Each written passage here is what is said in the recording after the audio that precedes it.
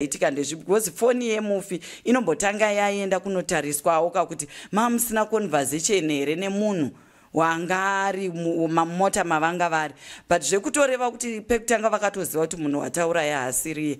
Ndinotori nejaketi ravo panapa ritori neropa ravo kubva 2019 naNhasi. Jaketi iroro hatina zvatakariita riripo seumbowo hwekuti vakashaika vakapfeka jaketi iroro rinotori neropa nepakapinda nemabullets. Ndofunga ropa racho richiri kutooneka. Right. Mukaona rinofunga rinofedhawo ropa munozvisa kana ragarisa but riri kuoneka aya mabullets akapinda neapa. Jaketi iroro ndakaripiwa kumashure aya mabullets akapinda nekumusana aya neropa iri ramuri kuona iri. Right. Parola kuti pane mabullets mangana akapinda ipapo. Aya ari kuti 1 iri, 2 iri, 3 iri. Epapa ndo andisi kunyatsoziva but postmortem yakatorwa na-lawyer re human rights ndo kwairi but inoratidza kuti mabullets mangani. Right, kumberi ndo riri kuratidza kuti rakavauraya because rakanobvaruramo. Mhuri yeZimbabwe tiri kusangana pano pa SlyMedia TV. Mungangodaro mukutiona muri pa Facebook kana kuti pa YouTube kana kuti pa TikTok. Tikutendai nesapoti yamuri kuramba muchitipa. Tiri kuona kuti aiwa zvinonetsa hazvo kuti munhu ave aine mari yemadata bundles asi munoshingirira kuti munge muchiona maprograms atinokupai pano pa SlyMedia TV. Tinotenda zvikuru nesapoti yamunotipa. Sapoti mwachete yasara ndeyekuti vanhu vazhinji havasati vafollowa page rinei reFacebook nevanhu vazhinji havasati vasubscribe pano pa YouTube asi vanouya zvavo vachidongorera vachiona mastatistics atinowana kuback end kweFacebook nekweYouTube anotaratidza kuti vanhu vanotiona vakawanda havasi vanhu vakasubscribe. Nokudaro tiri kukurudzira kuti aiwa subscribe hai kuitira kuti tigoshandisawo manumbers iwayo kunotsvaga majobs elive streaming vachiziva kuti tine vanhu vakawanda zvakadii vanotiteera. Izvozvo ndo zvinoita kuti tiwanewo mari inozoita kuti tirambe tichimhanyira news tichienda kumativi mana enyika tichinokuunzirai nhau dzakasiyana siyana. Munoziva kuti panapa tinodzifambira tiri vanhu vemakuhwa vakaenda kuchikoro chemakuhwa. Kana musati mamboona varume vanoita zvemakuhwa ndini mumwe wacho anoita zvemakuhwa. Nhasi uno tiri kusangana pano pachirongwa ngatidzifambirei tiine nyaya yatiri kubata kekutanga pachirongwa chinechi, nyaya yauya neewidow vabva kumhangura kwesoko.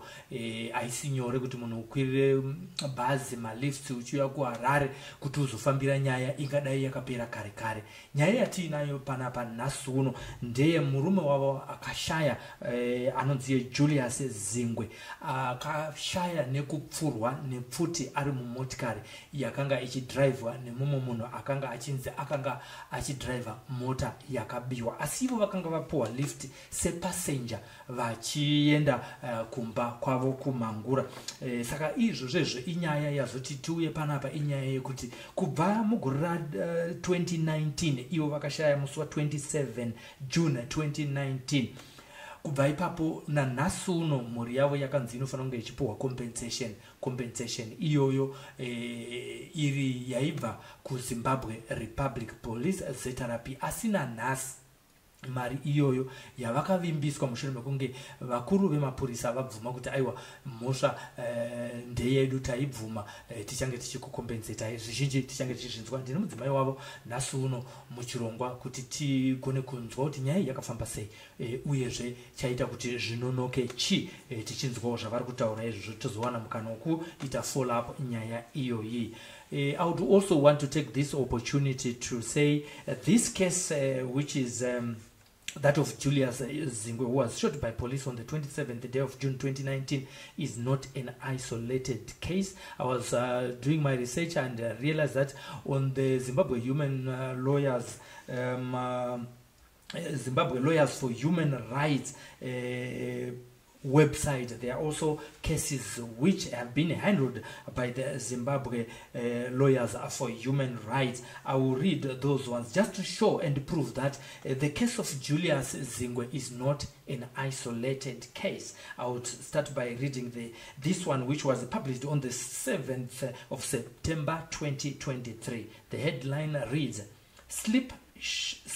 Slipshod discharge of duty cost ZRP dearly as High Court orders compensation of negligent shooting. Toda mubate panya ye negligence shooting or shooting a victim. Right. It goes like this. Let me put on my reading glasses so that I don't miss some of these statements which I'm reading from the website for the Zimbabwe Lawyers for Human Rights. A Zimbabwean court has ordered authorities to pay $13,000 to 2 victims of police brutality who sued Zimbabwe Republic Police for negligence after some law enforcement agents carelessly shot and wounded them last year in Chitungwiza. Remember, this is in 2023. The 2 Chitungwiza residents, Tashinga Mugwara, who was aged 19 then in 2022, and Pamela Muchazorewa, were shot on the 27th of June 2022 while at a liquefied gas refueling station at Taita Shops in Chitungwiza by some ZRP officers who were reportedly pursuing a robbery suspect before they ordered everyone who was at the gas filling station to lie down. On the 28th of June 2022, ZRP issued a statement in which the law enforcement agency acknowledged shooting Mugwara and Muchazorewa and explained the shooting as having occurred as police officers were chasing after Dennis Madondo. I'll also read another one on the newzimbabwe.com website where again a Gweru torture victim was brutalized by cops while queuing for money at a bank during the COVID-19 pandemic, has been paid over 140,000 ZiG in damages by the Zimbabwe Republic Police. Gweru Provincial Magistrate Miriam Banda ordered Home Affairs Minister Kazembe to compensate Amos Siska for the pain and suffering he endured at the hands of the officers in 2020. Siska was assaulted in April 2020 by some police officers all over his body with truncheons, booted feet and open hands while he was queuing at Stanbic Bank in Gweru. So this is a similar case to the one that I also read, where the 2 victims from Chitungwiza were compensated 13,000 each. And one peculiar issue about these ones is that these are victims of brutality who were able to later on sue the Zimbabwe Republic Police. Today in this program, let's walk the talk. We are going to discuss an issue about Julius Zingwe. Julius Zingwe was not injured.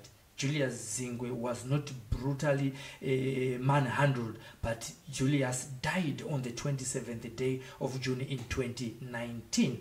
And while he was in a Toyota Wish motor vehicle, registration is given ZRP Chinoi Central Sudden Death docket number 02/19 refers. This is a letter that was coming from the Detective Inspector Officer in Charge CID Chinoi. Panapandina amai Zingwe. Regaiti vachingamidze muchirongwa nekuti vachitaurira zita ravo rakazara. Ndinokuchingamidza muchirongwa ngatidzifambire mabva kumangura masiya kwakadii nhasi uye zita renyu ndiani? Kumangura kuri nani? Sebera zvenyu pamicrophone. Kumangura kuri nani? Ndinonzi Salombere. Kana kwandakaroorwa ndonzi Mai Zingwe.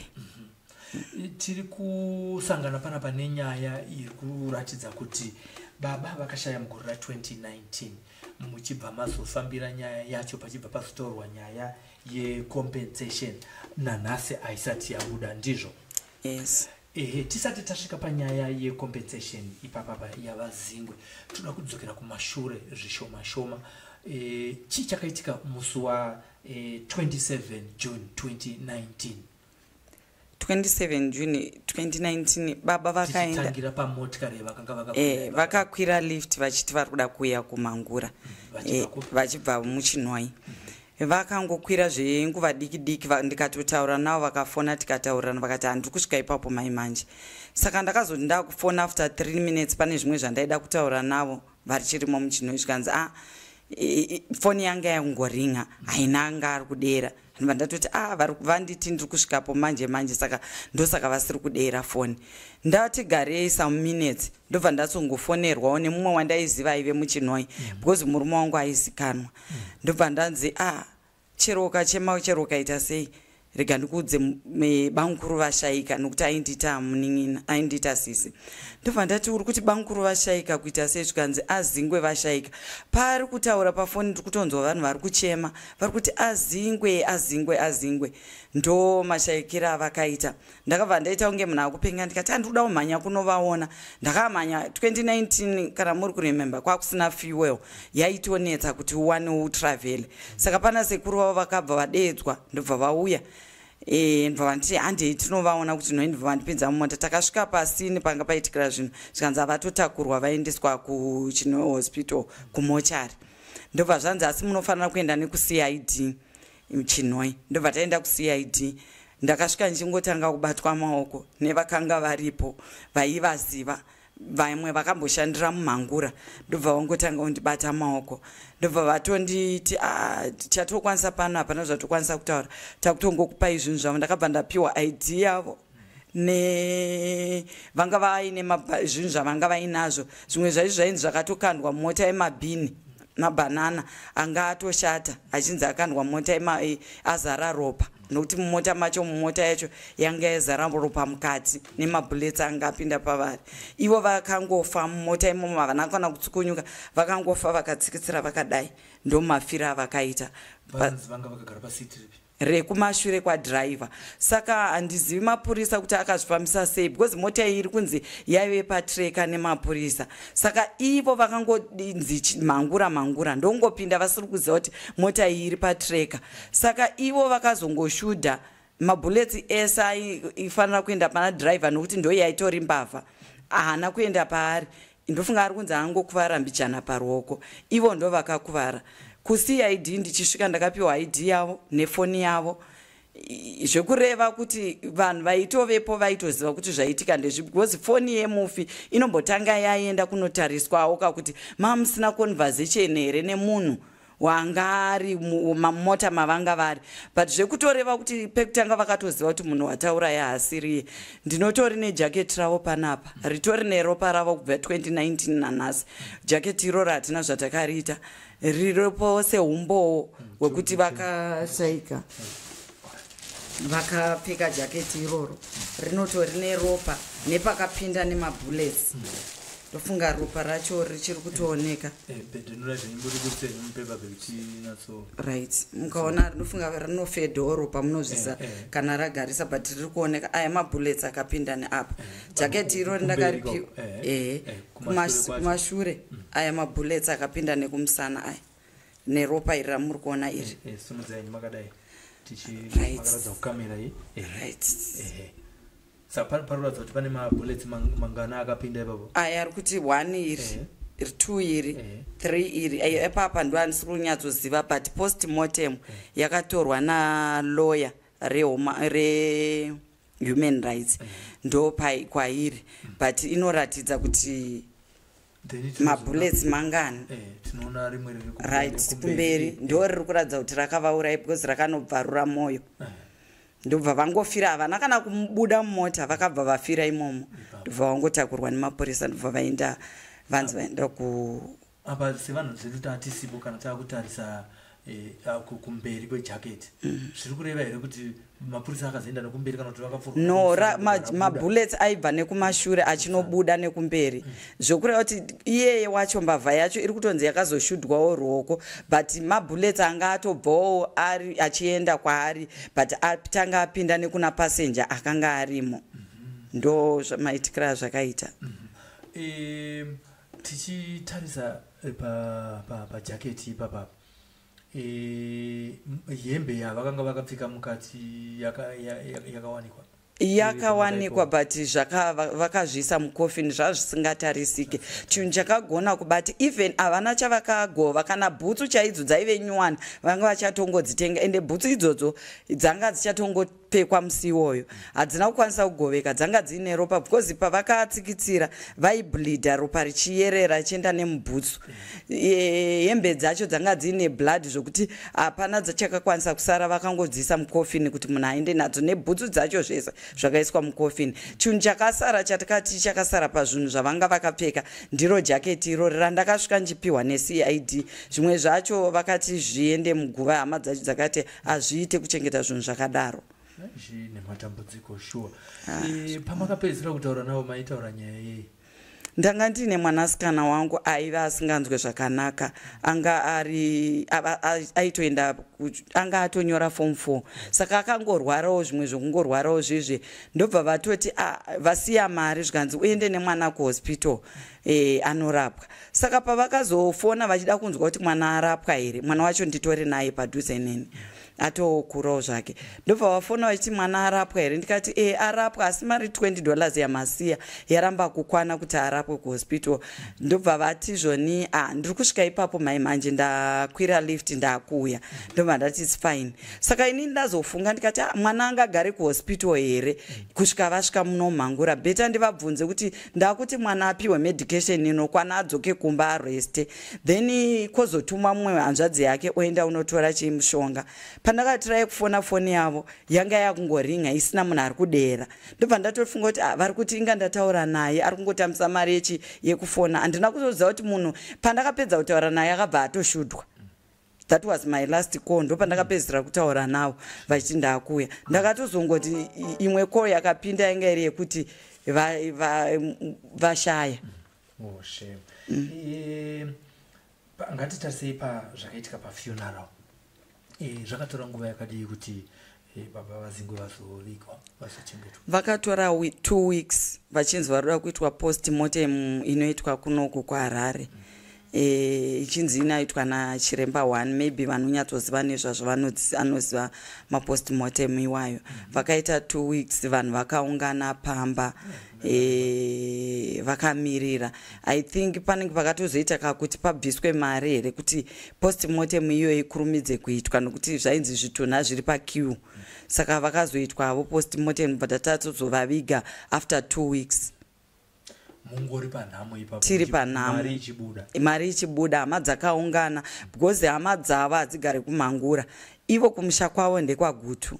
Saka vanhu vakabva kwaGutu vatouya nemota vamwe haya marori chichi kuti vachidzokera manje kuti vazodzoka vakatakangoungana takadaro zvanga iri yanga iri situation ino yanga iri situation yanga yakaoma kuti pawanike chikafu kusvikira vanhu vadya, pamba patsaigara panoda magetsi panoda mvura ndeyekubhadhara zvanga zvakaoma. Asi panguva iyoyi ye2 weeks iyoyi pane here zvakaitwa nemapurisa kuratidza kubatirana nemi panhamo yavari kuacknowledge iye zvinezvi kuti vakakanganisa, vakatanga nekuadmita here kana kuti zvakazoitika pane pressure?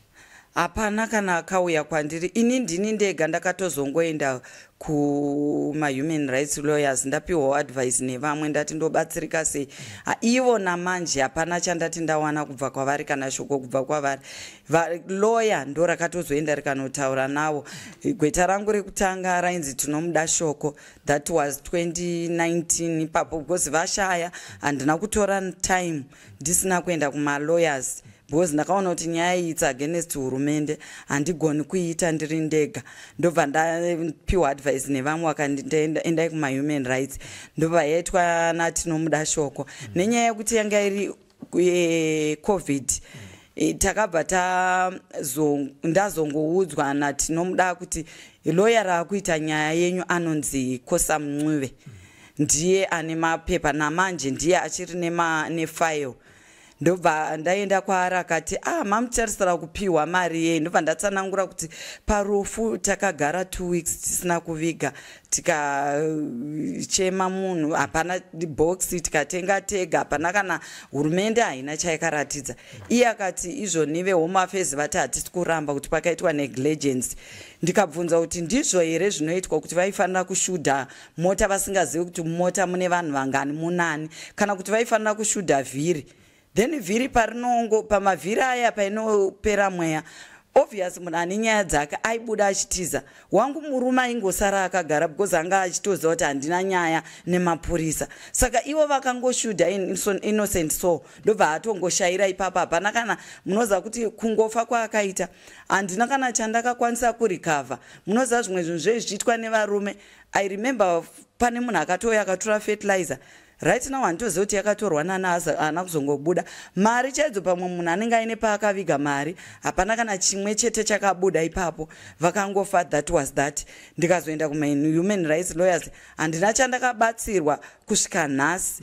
Nefigara ndanga vaweka iye selawyer neni, vakati mari yedu tinogona kuisvisa pa50,000. Iye loya akazodzoka kwandiri achiti vakati zvoni hatisi kukwanisa kubhadhara 50,000, tinokwanisa kupa 8,000. Ndobva ndati breadwinner, tatitori nemaprojekti atatichita kumba, zvese zvakangosara zvakadaro. 50,000 akairamba ndiani? Lawyer rakati home affairs vati havakwanise kuti kukupa 50,000, vanokwanisa kukupa 8,000. 8,000? Yes. Pa breadwinner? Yes. Auraiwa. Vakasiya vana vangani panguva iyo? Tine vana 4. Right. Pavana 4 vavakasiya, vakavasiya vari panhanho dzipi munyaya dzekuzvikoro? Mumwe wacho aifanira kunge izvozvizvi akanga anyora form 4, ndiye wandinaye, musikana airwara wacho. Aifanira kunge akadzokera kuchikoro because anga asina kupasa ese. Ane mamwe masubjects anga asina. Then ndine mumwe anga asina kutora results, anga akanyora form 4 akatopasa. Then kozoita mumwe anga ari grade 4, izvozvizvi form 3. Munonzwa sei amai Zingwe pana patiri kuverenga nyaya yaSeptember 2023 inove polisi yakapfura vanhu vaviri vekuchitungwiza. Vanhu ava vari kunzi izvo victims of police brutality who sued, zvichireva kuti ava vanhu ava vapenyu, asi nyaya yavari kushingirira kumapurisa ndeyekuti ivo vakabrutalizwa nemapurisa. Noted the two Chitungwiza residents Tashinga Mugwara, who was aged 19 in 2020, Pamela in June 27, 2022, while at liquefied. Police issued a statement on June 28 in which the law enforcement agent acknowledged shooting Mugwara and Mucha Zorerwa and explained the shooting as having occurred as police officers were chasing after Dennis. Avakapuwa 13,000. Imimi murkunzi breadwinner anga achipuwa 8,000. Munonzwa sei nedifference yachingoriwo ipapa chete? Zviri kundirwadza, but unenge usina zvekuita. Inini lawyer randiudza kudaro, semunhu anenge apererwa unongoti kana zvakadaro iriyo zvimwe zvinhu unenge uchiratidza kuti hauna simba pamusoro pazvo. Saka ndakazenge ndangoti 8,000 yacho ngavandipe. 8,000 yacho haina kutouya kusvika pari nhasi. Ava vari kutaura vakapuwa 13,000 ava they were wounded. Ini ndakafirwa nabreadwinner. Makafirwa nabreadwinner akanzi apo 8,000. Ava vakakuvadzwa zvakaipisisa, asi naNhasi vapenyu. Ndivo vakazofambira nyaya yavo, asi vakapuwa 13,000 yakawanda kudarika yakanzi muipuwe murumwe yamusati mapuwa futi. Munonzwa sei? Ndiri kurwadziwa because painao ndine mwana ari paHarare Poly wandakashingirira kuendesa, ari kuita electric engineering and power. asi kuti haana kutoenda, akangozoenda kuattachment. Izvo zvangade akatodzokera ari kuchikoro, but ndakashaya mari, kune mafizi ari kudiwa, kune izvozvizvi angade infact akatorejista kambani yake netumari twake tokutsvagiridza inonzi longevity electric. Anotoratidza kuti dzimwe dzenguva ndingade ndiri pari nani, but nenyaya yekuti hapanawo kuti ndingaite sei, naNhasi handina chandiri kukwanisa kuita. Mwana ari form 3 izvozvizvi ticha varipo vakazongoti pakavhura vakangozoti pakanzi nehigher life tiri kuda vana, ndobva vangomisawo pahigher life. Ndokubatsirika kwandiri kuti higher life inongobhadharawo fees, zvimwe zvese unozvionera, kutravela kuenda kuchikoro, kuita se mwana anga agara zvese ndakazvionera ndega. Handina kana mari yandakawana, handina kana anondibatsira pari zvino, handitorina munhu anondipa mari.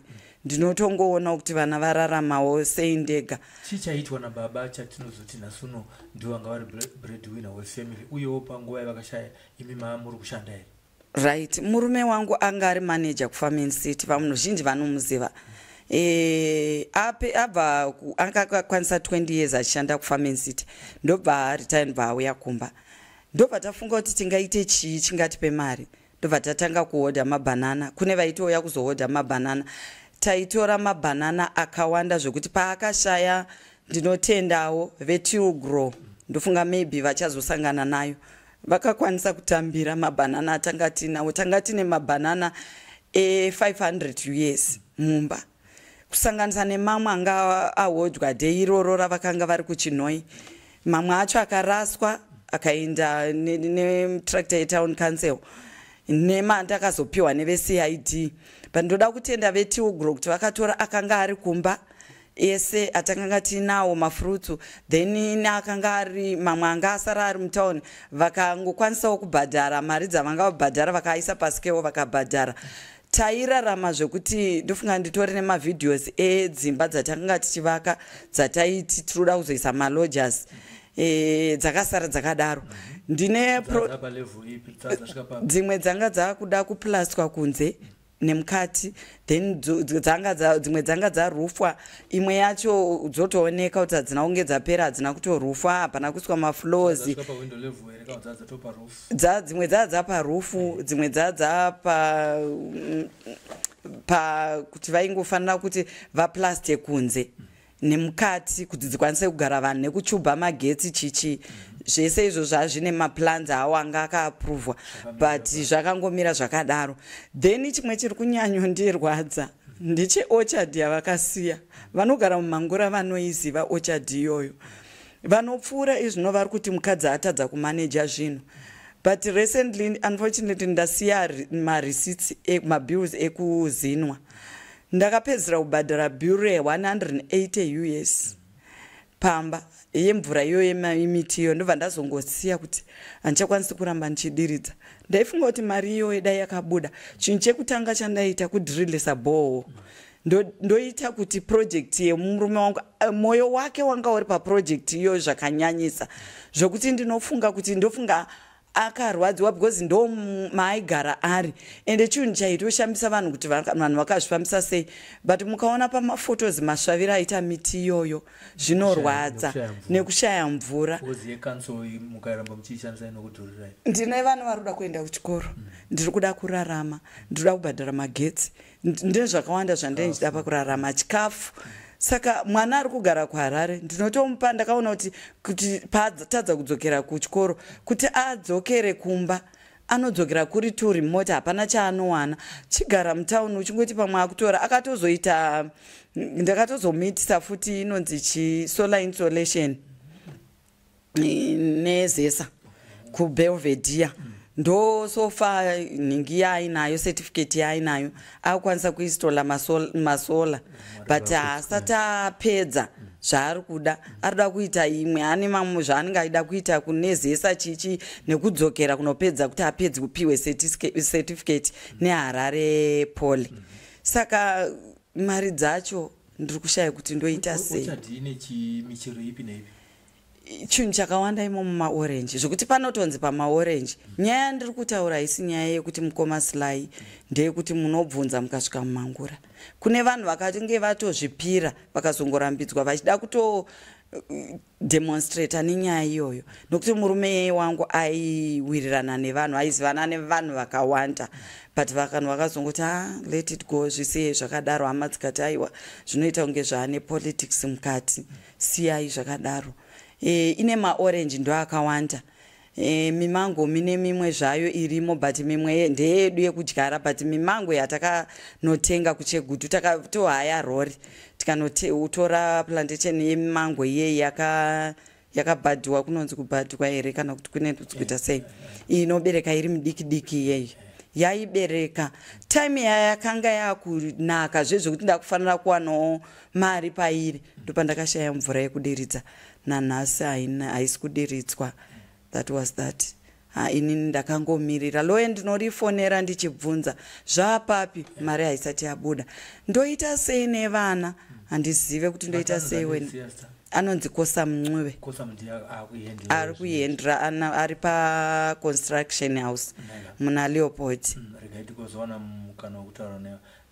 Materi tiri kutaura nyaya yemushakabva baba vaZingwe Julius vakashaya mugore ra2019 musi wa27 June. Kubva ipapo polisi yakazodetermina yega kuti inokwanisa kunge ichivapa 8,000 haina kuvapa. Panapa tiri kuverenga nyaya yekuti vamwe vanhu vakakuvara kuchitungwiza vakazokwanira kufambira nyaya yavo vakaisuwa polisi mumwe vari vaviri vakapuwa 13,000. Panapa breadwinner vaZingwe ndo vakashaya vari kunzi vanofanira kupuwa 8,000. Aminotiwo imimi munoiona sei mucomment section imomo.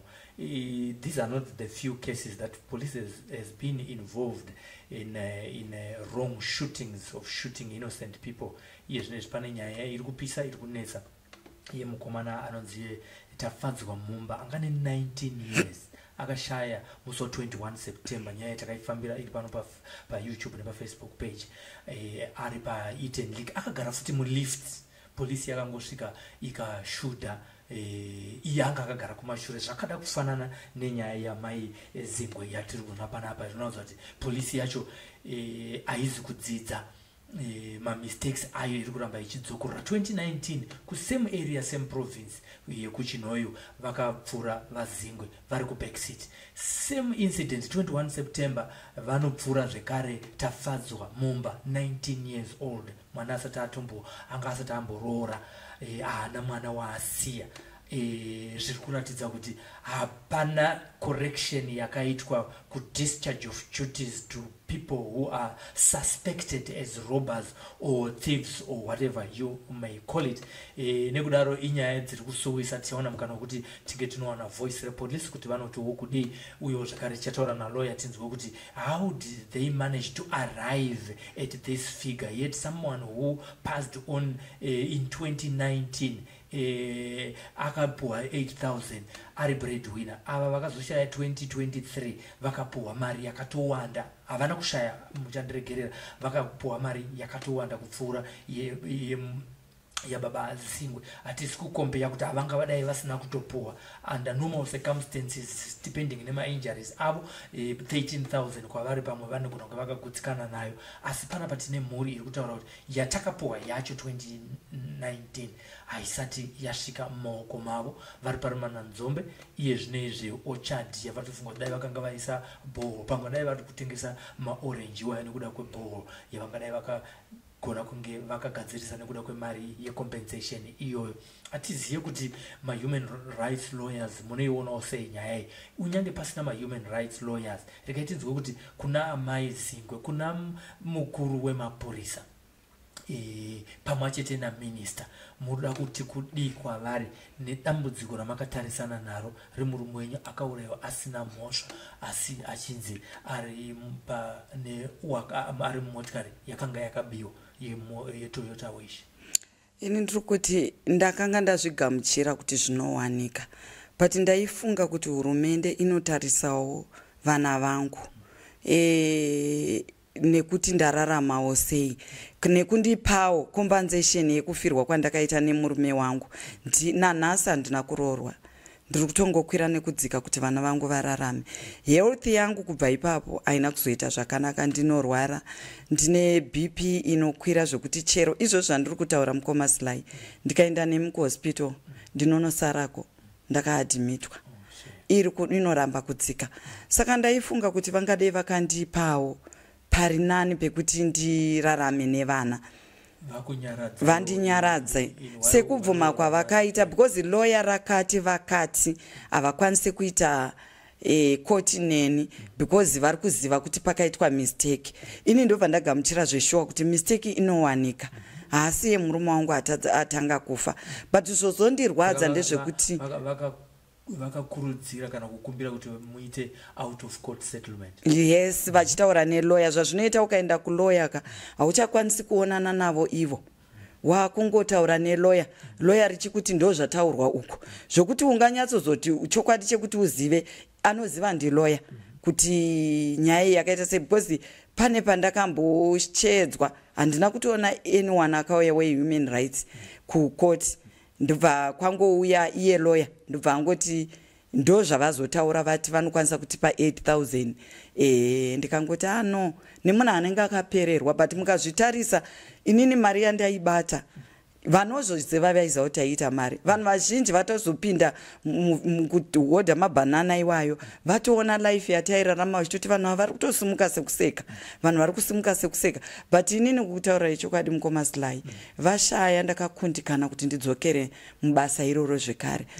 Ndaiti ndikazviona ndairwadziwa, because ranga riri basa rekuti munhu anogara akakwira up and down, uchaenda kunohodha maapples, because hatisingachatengesi mabhanana chete, taitengesa mafruits ese, taizikanwa even green vegetables vaitoziva kuti ari kuda, anongofona kuti ndipeiwa akati, ndiri kuda todawo mamwe ekutengesa, vari kudawo ekudya, taizikanwa. Kana muchiri kurangarira mazuva iwaya maiwanzobata mari yakadii pazuva? I remember takatocalculator mari yataibata per week yanga iri 500 US per week. Not 2,000. Yeah. Per month. Yeah. Izvozvo kana mukatoconfirm, I remember 24,000. Kuti tinyatsokalculata ndakanyatsozoenda kwataihodha kwacho. Because zvimwe zvinhu zvinoitwa makavarairwa kwataihodha kwacho. Ndobva ndiri kukumbirawo mari, ndobva ndaita navo vakatocalculata vakati nhamba yaitora murume wenyu ndeiyi every week. Taitora nhamba yakati kusvika takalculata tikatenderana nevetiruguru vacho vakatoti tinozvipira kutsanangura chokwadi kuti zvakaoma. Shuviro yenyu kune vari kuteerera zvikada vangadari vari vakuru vemupolisi kana kuti ma-well wishers zvavo vakanoona pano paSly Media TV, pane vane mwoyo wakanaka vanogona kuona nhamo yenyu vasingatarise zvekuti pane chamunofanira kunge muchiwana kupolisi. Compensation aidzore munhu, asi inotibatsireiwo kuvana vasara nemhuri yasara ichichengeteka. Muda kuti kudii vamwezingwe? Ndanga ndichishuvira kuti dai mwana wangu anga ari paHarare Pole apedzesa zvaari kuda kuita, munhu ane shungu Mukoma Sly. Izvozvo ndoda kungotenda Mwari. Izvozvizvi ndanga ndisati ndaisa tsvagirudzo, but ndinogona kudzoka kwamuri semunhu anga akumanyidzana neuyu. Mari yandiri kuwana ndinokwanisa kutengera mwana taki ari kuenda kuchikoro, ndoona kuti mauniforms ake akamira sei. Then ndine problem yemwana wangu mudiki yelast born akaita problem yehenia. Ndakangitraya kuda kumuoparatisa last year, ndobva aendeswa mutheatre. Ndangoti vanooparata, bhiu racho hamene kuti zvichazofamba sei. Aenda mutheatre akaita kanonzi vakati kawet coffee, ndobva aregedza kuoparetwa. Ndobva anzi tinozomupa rimwe date. Mwana maybe nekupinda kwaakaita kaona mishini yemutheatre abva atoramba kuoparetwa kusvika nhasi. But recently ndakafonerwa kuswera zuro achinzi mwana uya yeni yaya kumunetsa futi. Saka zvimwe zvinhu zviri kutowanda pandiri kufanira zvinoda mari, ini handinawo kuzviudza. Ndaifunga kuti mwana wangu uyu mukuru uyu, mumwe wacho uyu ari kuchikoro, dai akwanisa kuti aite zvaari kuda kuita. Vana vangu vanondida, ndoda kutenda Mwari pane izvozvo. Vana vangu aindibatsira, even wandinaye musikana anotedzana nemukomana iyeye, haana basa rakanyanya raanoshanda, anoshanda complex dai awanawo basa riri nani. Ndiye mumwe ari kutondichengeta, anotombotededza hanzvadzi yake futi iyoyo iri kuchikoro kupoli, oipawo kana zvimwe zvaanenge ati handina, anohora kamari kekuti ndikakuudzai, but chinonzi rudo haatarise kuti mari yangu ishoma. Akaroorwa zvake, but murume wake haanyatsoshandawo basa riri nani nani, but pamamari yeri anowana iyoyo anoshingirira kuti andipa akatoroorwa nenyaya yekuti papasina zvekuita, ndobva angozoroorwa ndokwaari. But dai kurunzi vana vangu vese ivavo vabatsirwa, vanokwanisa vanozvishandira zvirema.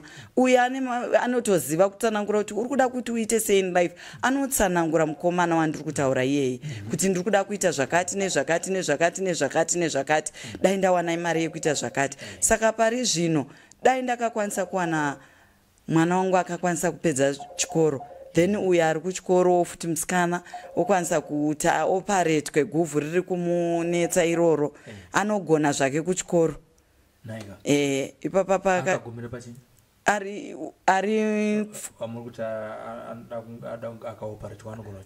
ari form 3 atori kurufaro hai izvozvi ndakamuindisa kuboarding kuri kudiwa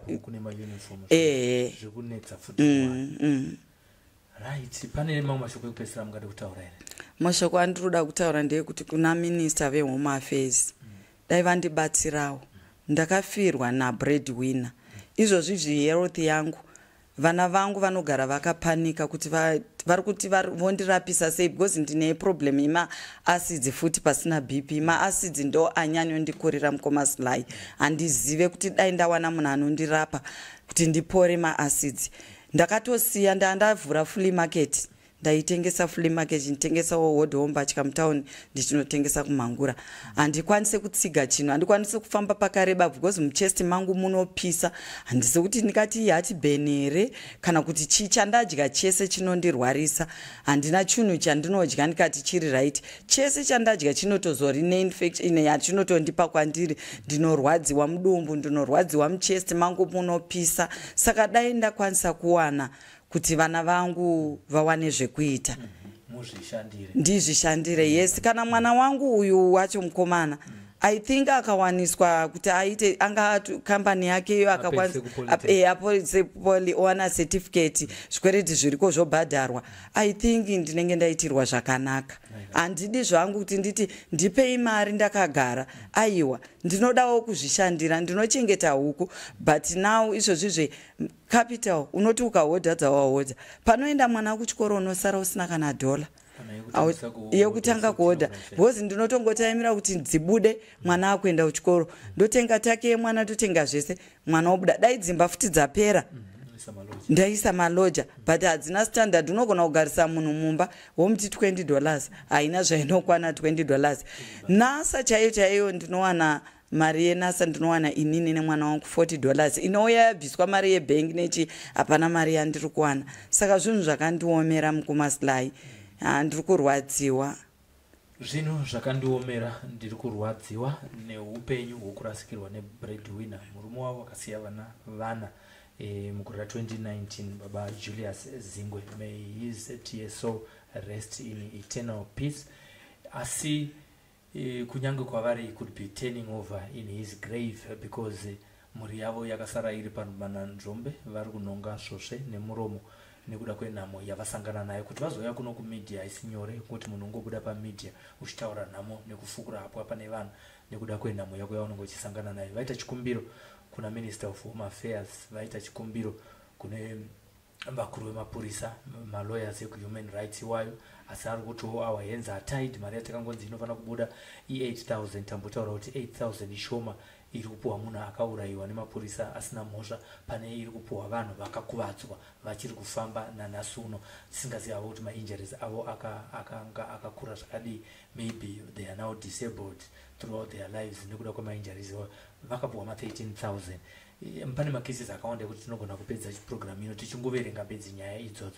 Asi amai vauya kuno kuHarare kuno kuSlyMedia TV kuti vazoita chikumbiro not only kupolice chete kuti mari yavo ibude, asi kuti dai yabuda yakawandawo iri kupuhwa mhuri yemushakabvu yavaZingwe. Uyewo vari kuita chikumbiro kune well wishers, vari kuti dai ndataisirwa bowl yezvinezvi 1,000 inokwana kuisirwa bowl kukazoisirwawo tengi pamba ipapo netank stand 1500 zvinhu izvozvo zvinogona kukwana kuti mhuri igone kuramba ichidiridzira mafruits ari pamba pavo ari paorchard yavainayo ine maorange nemango zvokuti vanogona kupota vachizvitengesa zvichivararamisawo zvekare. Vana vachiri kuzvikoro vari kudawo mawell wishers anogona kuti aiwa iniwo ndafunga kuti ndibatsire 1 kana kuti ari kupolitech iye ndo chikumbiro chavainacho. Asi chikumbiro chikuru chiri panapa mhuri yeZimbabwe takatasa mapurisa edu anotichengetedza nguva nenguva, vachengetedzi vemutemo vanobvuma kuti mhosva vakaiita, izvozvo zvinozvikudzawo kuti vanobvuma mhosva vakaita. Asi pacompensation wapa minister aiwa vakazembe mhuri yachema kuti mari yamuri kuvapa neyakanga ichiunzwa nebreadwinner pamba pavo aitombonzi compensation, nekuti kukompenseta hunge uchisvika pedyo nepamari yavaiwana mwedzi wega vachiri mupenyu vachizvifambira vachizviitira business yavo nemhuri yavo. Zvakagumisira maprojects panzira yekuti dai dzimba idzi dzakapera kuvakwa vazingwe vachiri mupenyu pangadai vasina pamwe dambudziko ravari kuona rekuti vaiwanawo mari yerent pamusha wakapera usina kuvakwa. Ochati ndo yamuri kuona iri pascreen iyoyi. Regai tipuwe contact yamai Zingwe kuti mugonge muchitaura navo vanenge vachida kuvabatsira pane zvamunenge muchida. Hatisisu tiri kuda rubatsiro, isusu we are just a vehicle of information yedambudziko ravasangana naro. Amai Zingwe tichipesa chirongwa chinechi mungade kupa here mawell wishers number dzekuti vagone kunge vachikukontaktai direct. Pamwe mwangati ndoda kukupa imari yekuhodha huku, mwangati ndoda kukupa yebohol, umwe anogona kuti ndoda kuadopta mwana ndimuendese kuchikoro kana kuti ndimupinze basa. Ndinotenda ndinadzo nhamba dzandinadzo vaimapa zvinyu vateereri 0774 922 746 ndodzokorodza zvekare 0774 922 746 ndo nhamba dzandinonyanyobatwa padziri. Nhamba dzenyu dziri paikokeshese. Aiwa tinotenda kana pasina zvimwe tofara zvichirongwa. Aiwa tinotenda. Mhuri yeZimbabwe tinotenda hapasina chekuwedzera kana kutapudza. Chatinozongoda kungonzwa matestimony ekuti kuratidza kuti muZimbabwe vanhu tichiine rudo rwokubatsirana kana mumwe wako achinge awirwa nenhamo. Ramangwana harina anoziva, pamwe mangwana ndiwo Zingwe wakukumbira, asi zvinonzizvo mabasa ako akanaka anokutevera. Ukabatsira wekwazingwe nhasi pamwe mangwana newewo uchazinge ndiwe watakutaura nezveupenyu hwako pana paSlyMedia TV wakuda kubatsirwawo kwakukumburirwa ruoko runowana pane runogamuchira. Satinosuvesa tafumanai ramai muchilike nekufollowa nekusubscribe mapages edu anaya kuti musazorasikirwa panyaya dzatinokupai pano pachirongwa. Ngatidzifambirei muve nekuteerera kwakanaka. At Ratho Science, we believe your vehicle is a canvas for creativity. We start by capturing every detail, ensuring a perfect fit for your branding. We then meticulously measure every curve and contour. Our talented designers bring your vision to life with cutting-edge software. Next, the print. Using UV printers, stunning vinyl graphics that stand out on the road from our own industrial printers. With teamwork and dedication, we ensure every project is completed swiftly, efficiently, and on time. Transform your vehicle into a mobile advertisement with Ratho Science. Our portfolio speaks for itself. Come and let's drive your brand visibility forward. Contact us today for a free quotation. Ratho Science, tried and tested.